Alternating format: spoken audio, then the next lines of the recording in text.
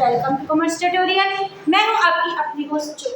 आज हम कंटिन्यू करने जा रहे हैं जर्नल का नेक्स्ट सेशन। हमने अपने लास्ट सेशन में देखा था बैड डेट्स के बारे में और बैड डेट्स रिकवरी के बारे में। आज हम उनके साथ रिलेटेड कुछ ट्रांजैक्शन डिस्कस करेंगे। सबसे फर्स्ट हमारी ट्रांजैक्शन है 5000 rupees from Rameshwar irrecoverable. Ramesh से हमने 5000 रुपीज लेने थे और वो क्या बन गए इरिकवरेबल। इरिकवर मतलब उसने ये पेमेंट देनी ही नहीं। हमने लास्ट सेशन में देखा था एक वर्ड होता है हमारा बैड डेट्स, एक मतलब होता है हमारा डिस्काउंट। जब दूसरा पर्सन पेमेंट करने से इनकार कर दे कि मैं पेमेंट नहीं कर सकता, उसको हम क्या बोलते हैं बैड डेट्स। अगर हम किसी पर्सन को कुछ अमाउंट छूट देते हैं उसको क्या बोलते हैं डिस्काउंट। अब पैसे ये क्या बनते हैं इरिकवरेबल, मींस वो क्या डिक्लेयर हो गया हमारा बैड डेट्स। और बैड डेट्स हमने देखा था ये हमारी कंपनी का क्या होता है लॉस, और नॉमिनल अकाउंट में क्या होता है डेबिट और लॉसेस, और तो इसको हम क्या कर देंगे एक्सपेंसेस। ये हमारा क्या हो जाएगा डेबिट, तो ये हमारा क्या एक तरह का लॉस। दूसरा से कौन किससे रिकवरेबल हो रहे हैं रमेश से। रमेश गिवन हमारा क्या हो जाता है क्रेडिट, मतलब उसने हमें देने थे लेकिन उसने हमें नहीं दिए। Debit the receiver, credit the giver. तो फर्स्ट हमारी ट्रांजैक्शन क्या बन जाएगी bad debts account debit to Ramesh account. Amount उनसे कितनी लेनी थी 5000 की 5000 हमारी क्या बन चुकी है इरिकवरेबल। नीचे हमारी क्या जाएगी रिलेशन वो कांसेप्ट स्टेप, ये हम सारी रिलेशन में लिखेंगे। सेकंड हमारी ट्रांजैक्शन क्या है सोमन इज डिक्लेयर्ड इंसॉल्वेंट। यहाँ पे वर्ड क्या हो गया इंसॉल्वेंट। हमने देखा था अगर वर्ड ऑफ इरिकवरेबल या वर्ड ऑफ इंसॉल्वेंट तो इसका मतलब पर्सन क्या होता है दिवाला निकल गया, वो पैसे पे नहीं कर सकता। Receive from his official receiver 60 पैसा।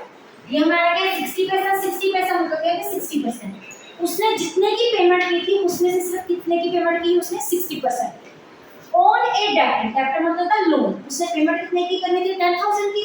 10000 में से उसने कितने की पेमेंट की है 60%, मतलब 6000 रुपीज की उसने क्या कर दी पेमेंट कर दी। तो हमारे पास ये कैश हो रहा है आया, हम रिसीव कर रहे हैं। उसने पेमेंट करनी है तो हमने क्या किया यहाँ पे वर्ड लिखा हुआ है रिसीव, हमने क्या किया receive. Debit what comes in, credit what goes, तो कैश हमारा हो जाएगा डेबिट। दूसरी तरफ से जो 40000 है दैट इज 40% है, दैट इज 10000 को 40% हमारा क्या होगा 4000।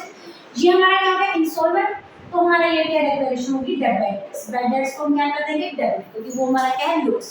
Who is the giver, Sohan is our giver. Debit the receiver, credit the giver, तो क्रेडिट में किसको क्या कर देंगे सोहन। हमारी एंट्री क्या बन जाएगी cash account debit bad debts account debit to Sohan.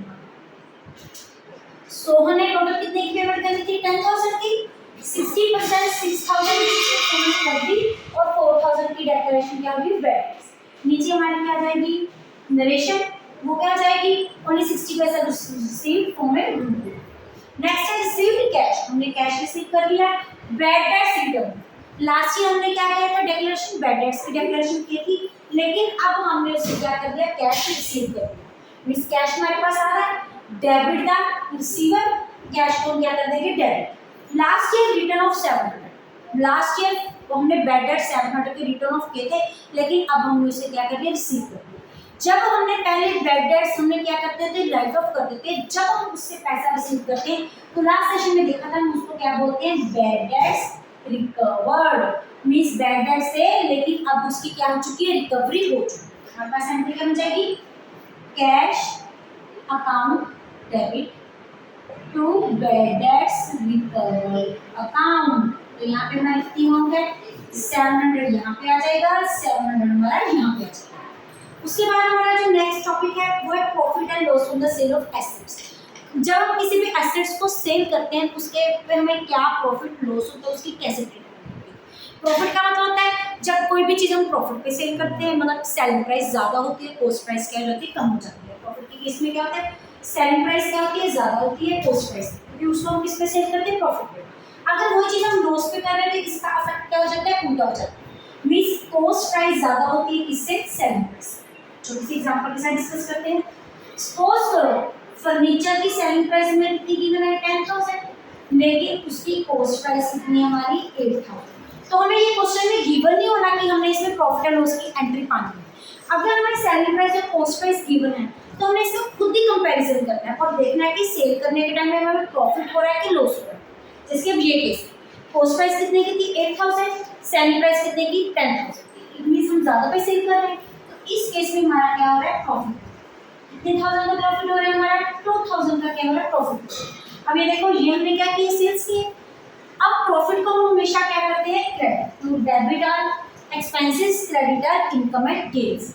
उसके बाद जब हम कोई भी चीज सेल करते हैं तो हमारे पास क्या है कैश आ रहा है, तो कैश को हम क्या कर देंगे debit, cash account debit what comes in तो हमारी तरफ से क्या जा रही है सेल्स जा रही है, गुड्स जा रही है, हम उनको क्या कर रहे हैं सेल्स कर रहे हैं to sales account to profit, और इसमें हम सेल्स कर रहे हैं, गुड्स को हम क्या कर रहे हैं सेल्स कर रहे हैं। ये प्रॉफिट ये तो जरूरी नहीं कि गुड्स पे होता है, ये फर्नीचर को सेल करने के टाइम पे भी हो सकता है।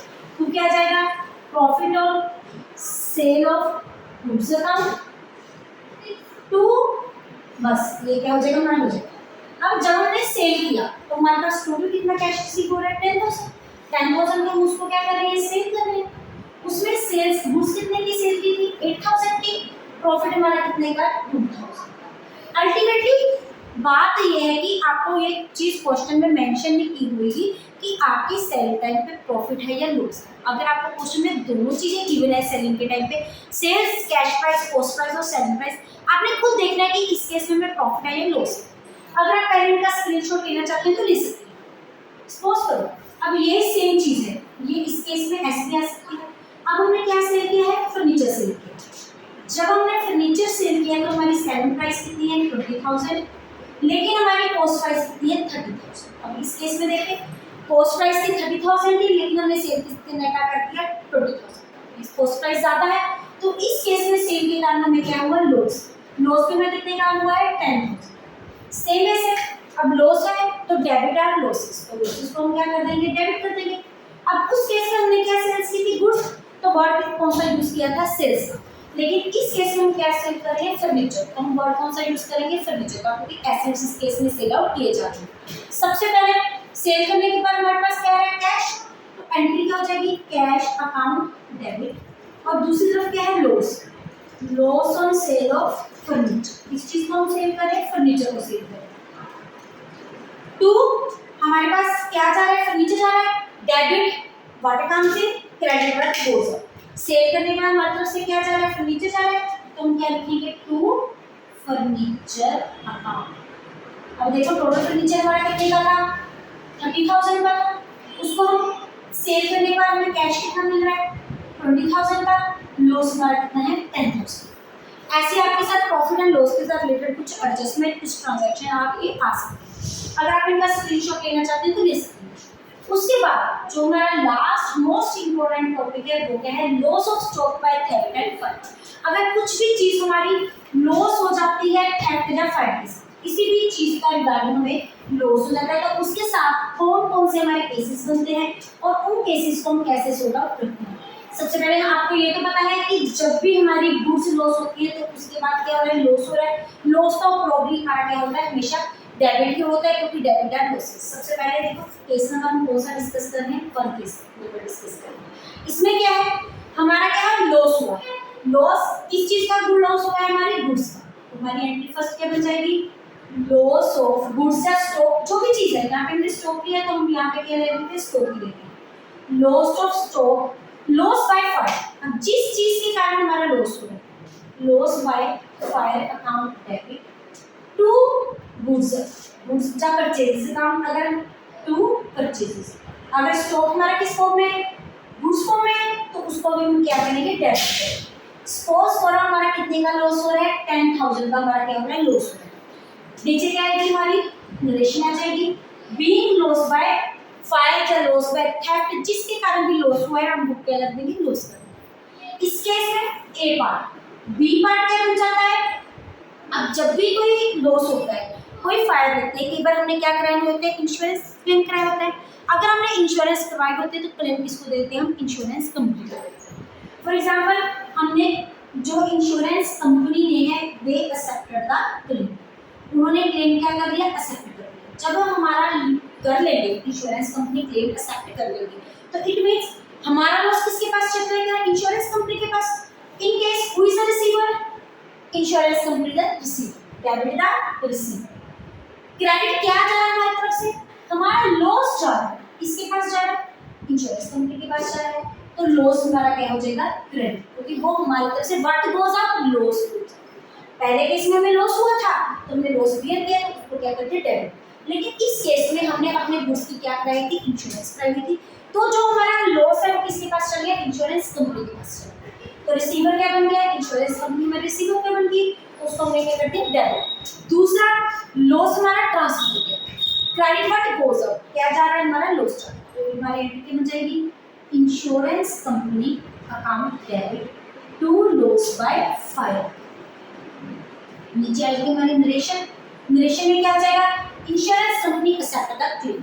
अब इंश्योरेंस कंपनी ने हमने क्या कर दी, पेमेंट कर दी, अब हमने फुल पेमेंट कर दी। अब ये तो जरूरी थोड़ा है कि इंश्योरेंस कंपनी हमारे सारे का सारा क्लेम एक्सेप्ट करेगी। कई बार क्या होता है, इंश्योरेंस कंपनी सारे का सारा क्लेम एक्सेप्ट कर लेती है, कई बार इंश्योरेंस कंपनी क्लेम एक्सेप्ट नहीं करती। इस केस में हमारा 10,000 का क्या था, लॉस हो, और 10,000 के 10,000 इंश्योरेंस कंपनी ने क्या कर दिया, क्लेम एक्सेप्ट। अब इस केस में हमारे पास क्या है, full claim accepted by insurance company and makes payment, उसने साथ के साथ क्या कर दी, पेमेंट फुल अमाउंट। अब इस केस में जब हमारा क्लेम हो तो हमारे पास सारा पैसा आ रहा है, ये पैसा चेक की फॉर्म में भी आ सकता है और ये पैसा हमें कैश की फॉर्म में भी आ सकता है। ये तो हमें ऑलरेडी पता है, अगर चेक की फॉर्म में पैसा आ रहा है तो हम डेबिट किसको करेंगे, बैंक को। अगर कैश की फॉर्म में आ रहा है तो हम किसको डेबिट करेंगे, कैश, क्योंकि डेबिट व्हाट कम्स, इसको क्या करेंगे, debit. Credit what goes up, who is the giver, इस केस में कौन गिवर है, insurance company is the giver, उसको हम क्या कर देंगे, क्रेडिट। तो हमारी एंट्री क्या बन जाएगी, bank account debit to insurance company account. 10,000 यहाँ पे, 10,000 हमारा यहाँ, नीचे हमारी क्या जाएगी, नरेशन। बी इंश्योरेंस के लिए accepted full and makes a payment. ये है केस नंबर 1।